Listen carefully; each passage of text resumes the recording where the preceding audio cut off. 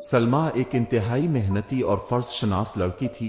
اس نے ایک نہایت غریب خاندان میں آنکھ کھولی تھی، مگر یہ والدین کے رزق حلال اور ان کی اچھی تربیت کا نتیجہ تھا کہ اس نے شروع سے ہی پاکیزہ سوچ کو پروان چڑھایا اور محنت اور جہد مسلسل پر یقین رکھا۔ سلمیٰ کے والد ایک مقامی فرم میں معمولی ملازم تھے اور والدہ مکمل طور پر ایک گھریلو خاتون جن کی سوچ اپنے گھر سے شروع ہوتی تھی اور وہیں پر ختم۔ باہر کی دنیا کے بارے میں وہ مکمل طور پر نا آشنا تھیں۔ مسز جبار ایک سیدھی سادھی خاتون تھیں جنہیں اپنے 3 بچوں کو تعلیم دلوانے کا شوق جنون کی حد تک تھا۔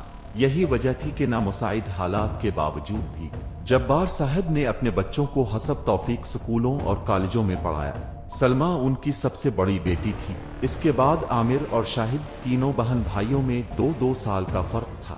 سلمیٰ نے میٹرک کے بعد FA اور BA بھی امتیازی نمبروں سے پاس کیا۔ آگے وہ MA ایجوکیشن کی تیاری کر رہی تھی۔ شاہد سے شادی ہو گئی۔ شاہد بنیادی طور پر ایک شریف اور مہذب انسان تھا۔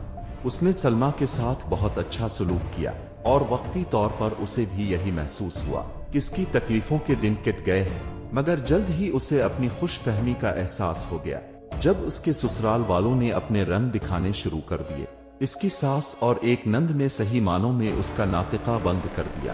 سلمیٰ نہ صرف پڑھائی میں اچھی تھی بلکہ اس کی امی نے اسے گھر گرہستی کے رموز بھی بخوبی سکھائے تھے۔ خانہ داری، سلائی کڑھائی، سلیقہ غرض ہر شعبے میں وہ طاق تھی، مگر اس کے یہ اسلوب ساس، نند اور حتیٰ کے دیوروں کو بھی قطنا نظر نہ آتے تھے، بلکہ وہ وقتا فوقتا اسے بد سلیقہ، جاہل، گنوار اور غریب جیسے القابات سے نوازا جاتا تھا۔ اسے اس بات پر حیرت ہوتی کہ اس نے اپنے والدین اور اساتذہ کو یہی کہتے ہوئے سنا تھا کہ تعلیم ہی اصل دولت ہے، روپیہ پیسہ تو آنی جانی چیز ہے، تو پھر اسے غربت کا طعنہ کیوں دیا جاتا ہے؟ آہستہ آہستہ اسے اس بات کا احساس ہونا شروع ہوا کہ اس معاشرے میں زندہ رہنے کے لیے دولت کی اہمیت بھی اپنی جگہ مسلم ہے، لیکن یہ اس کے والدین کی پاکیزہ تربیت اور رزق حلال کا نتیجہ تھا کہ دولت کے حصول کے لیے اس نے کبھی بھی غلط راستے کے بارے میں نہیں سوچا تھا۔ قدرت نے بھی اسے اپنی حالت کو بہتر بنانے میں مدد دی۔ سچ کہتے ہیں کہ نیت نیک ہو اور انسان کا عزم سچا ہو تو اللہ تعالیٰ غیب سے ایسی امداد مہیا کرتے ہیں جہاں سے اسے گمان بھی نہیں ہوتا۔ ایک دن سلمیٰ کی ایک پرانی سہیلی اسے ملنے آئی۔ اس کی حالت دیکھ کر اور خاص طور پر اس کے سسرال والوں کا رویہ دیکھ کر اسے بہت افسوس ہوا۔ سلمیٰ بھی اس سے سچ کو چھپا نہ پائی اور اس نے روتے ہوئے اپنی تمام داستان غم اسے سنا ڈالی۔ رضیہ اس کی ہمدرد سہیلی تھی۔ اس نے مشورہ دیا کہ وہ علامہ اقبال اوپن یونیورسٹی کی فاصلاتی تعلیم کی سہولت سے فائدہ اٹھائے اور اپنا MA مکمل کرے۔ اس طرح وہ گھریلو کام بھی کر سکے گی اور اپنی تعلیم بھی بڑھا لے گی۔ چنانچہ اس نے کچھ بچت کر کے اور اپنے شوہر کی رضامندی سے وہاں اپلائی کر دیا۔ ساس کو پتہ چلا تو اس نے آسمان سر پہ اٹھا لیا کہ اب گھر کا کام کون کرے گا، گھر کی ذمہ داری کون اٹھائے گا؟ تو شاہد نے انہیں سمجھایا کہ اس نظام میں سلمیٰ کا یونیورسٹی جانا ضروری نہیں، اس لیے وہ گھر کے کاموں کو بھی سر انجام دیتی رہے گی۔ سلمیٰ سلائی کڑھائی میں تو ماہر تھی ہی، اللہ نے اس کی ایک اور طریقے سے بھی مدد فرمائی۔ وہ کچھ اس طرح کہ اس کے گھر کے قریب ہی ایک بوتیک شروع ہوا اور اس کی مالکن کو کپڑوں کی سلائی کرنے والی کچھ ماہر خواتین کی ضرورت تھی۔ سلمیٰ کو پتہ چلا تو اس نے خاتون سے بات کر کے کام کا آرڈر لے لیا۔ گھر کی سلائی مشین پر اس نے موٹر لگوا لی اور ساتھ ہی اس کی اچھی تعلیم اور ریکارڈ کی وجہ سے قریبی پوش علاقے کے کچھ بچوں نے اس سے ٹیوشن لینی شروع کر دی۔ اس نے انہیں اتنے اچھے طریقے سے پڑھایا کہ وہ اس کے گردیدہ ہو گئے۔ جب اس کی ساس اور دیوروں نے دیکھا کہ وہ گھریلو کام کرنے کے ساتھ پیسے بھی کما رہی ہے تو انہوں نے سختی بھی کچھ کم کر دی۔ وہ لالچی لوگ تھے۔ شاہد کے علاوہ دونوں دیور پڑھائی میں بالکل پیدل تھے۔ سلمیٰ نے ان کو پڑھانے کی بہت کوشش کی مگر وہ بگڑ چکے تھے۔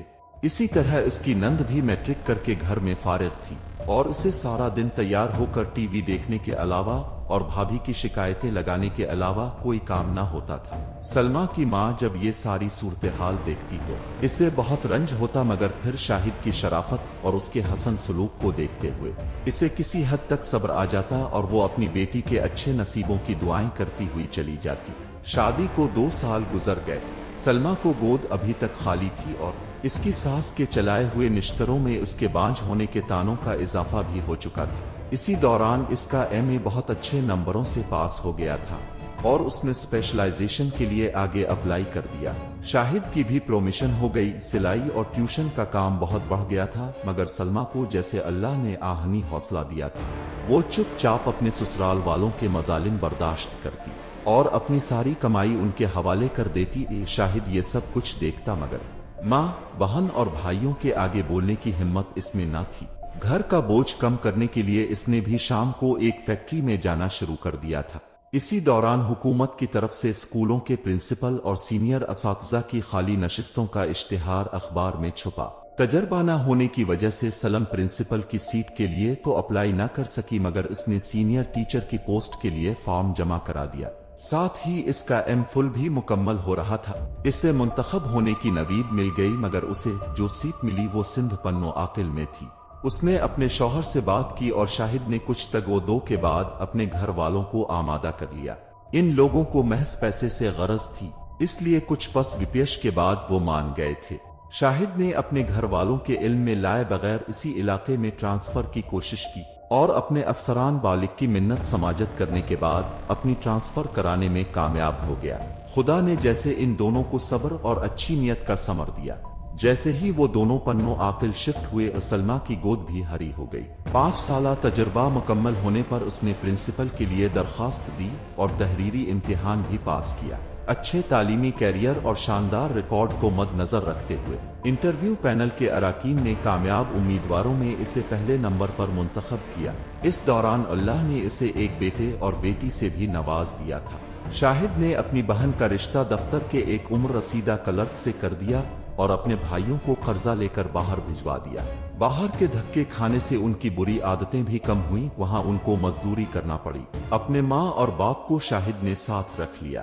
بیٹی کی شادی اور 2 نکمے بیٹوں کو باہر بھجوانے کی وجہ سے اب اس کے طرز عمل میں بھی تبدیلی آ چکی تھی۔ سلمہ اور شاہد نے نیک نیتی سے اپنے فرائض نبھائے، اپنے بہن بھائیوں کی مدد کی اور جہد مسلسل سے اپنے حالات کو سنوارنے کی صحیح کی، جس کا نتیجہ انہیں معاشرے میں ایک باعزت مقام کی شکل میں حاصل ہوا۔ ہمیں بھی چاہیے کہ اگر زندگی میں کوئی راستہ دشوار گزار ہو تو مایوسی کے اندھیروں میں بھٹکنے کی بجائے اپنے رب سے لو لگائیں اور مستقل مزاجی سے محنت کریں۔